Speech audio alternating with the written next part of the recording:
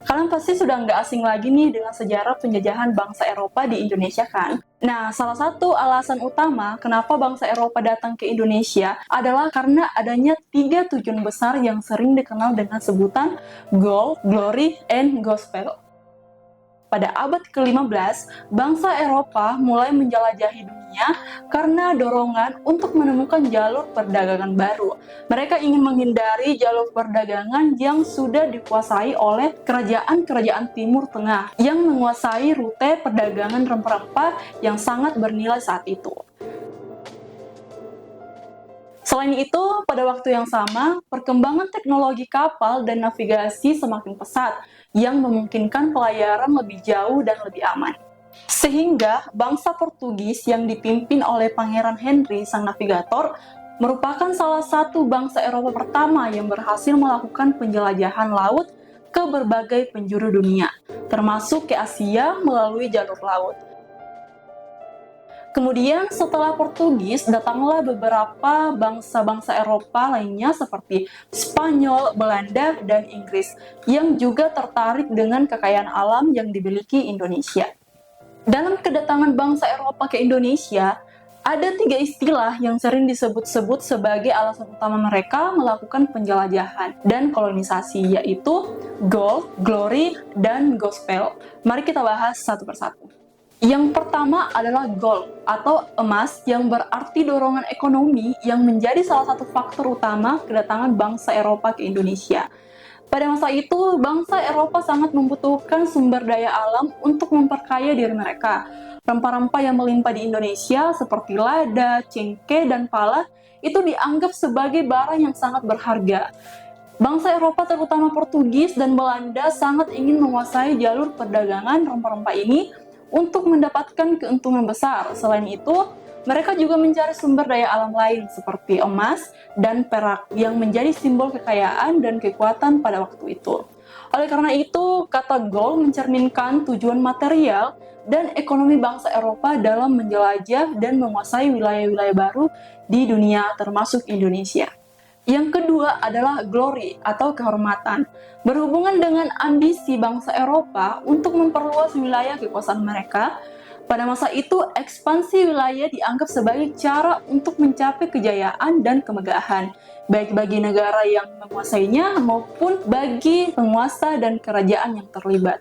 Dalam hal ini, kedatangan bangsa Eropa ke Indonesia juga dipengaruhi oleh keinginan untuk mencatatkan nama mereka dalam sejarah dan memperluas pengaruh politik mereka. Keberhasilan dalam penaklukan wilayah-wilayah baru akan meningkatkan status dan reputasi negara mereka di mata dunia.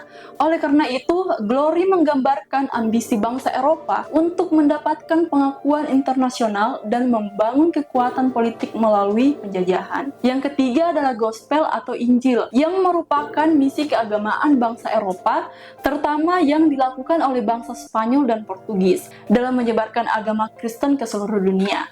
Pada abad ke-15 dan ke-16, Gereja Katolik Roma sangat berperan dalam mendorong ekspansi Eropa, misi untuk menyebarkan agama Kristen kepada bangsa-bangsa non-Kristen.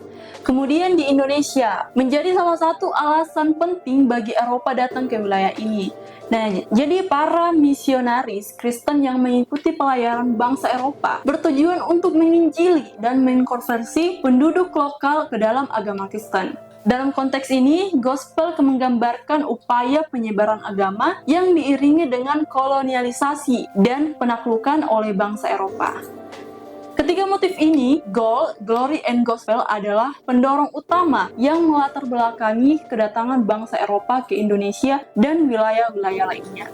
Dengan demikian, ekspansi Eropa pada masa tersebut tidak hanya didorong oleh faktor ekonomi, tetapi juga oleh ambisi politik dan misi keagamaan. Bangsa Eropa yang datang ke Indonesia pada abad ke-15 dan ke-16 memiliki tujuan yang berbeda-beda, tetapi mereka umumnya tertarik untuk menguasai jalur perdagangan rempah-rempah yang sangat berharga pada masa itu. Beberapa bangsa Eropa yang datang ke Indonesia adalah Portugis, Spanyol, dan Belanda, yang masing-masing memiliki peran penting dalam sejarah kolonisasi Indonesia. Portugis adalah bangsa Eropa pertama yang tiba di Indonesia pada awal abad ke-16. Mereka datang dengan tujuan utama untuk menguasai perdagangan rempah-rempah dan menyebarkan agama Kristen. Nah, pada tahun 1511, Portugis berhasil menaklukkan Malaka. Kemudian pelabuhan strategis di Selat Malaka yang menjadi titik awal ekspansi mereka di kawasan Asia Tenggara termasuk Indonesia. Mereka kemudian mendirikan pos-pos perdagangan di berbagai tempat seperti di Maluku dan Timur. Selain itu, Portugis juga berusaha mengkonversi penduduk lokal ke dalam agama Kristen. Namun, meskipun mereka awalnya berhasil menguasai beberapa wilayah, kekuasaan Portugis tidak bertahan lama di Indonesia karena persaingan dengan bangsa Eropa lainnya. Selanjutnya Spanyol. Spanyol juga berperan dalam penjelajahan ke Indonesia. Meskipun mereka tidak seaktif Portugis dan Belanda, bangsa Spanyol terutama tertarik pada wilayah Filipina, yang akhirnya mereka kuasai pada tahun 1565. Sebagai bagian dari upaya mereka menyebarkan agama Kristen, Spanyol juga berusaha memperluas pengaruhnya di Asia Tenggara, termasuk Indonesia. Meskipun pengaruh mereka di Indonesia terbatas, Spanyol memiliki hubungan dengan beberapa kerajaan Indonesia, terutama melalui perdagangan dan misi keagamaan. Yang ketiga adalah Belanda. Belanda datang ke Indonesia sedikit lebih lambat dibandingkan Portugis dan Spanyol, tetapi mereka akhirnya menjadi kekuatan kolonial yang dominan di wilayah ini.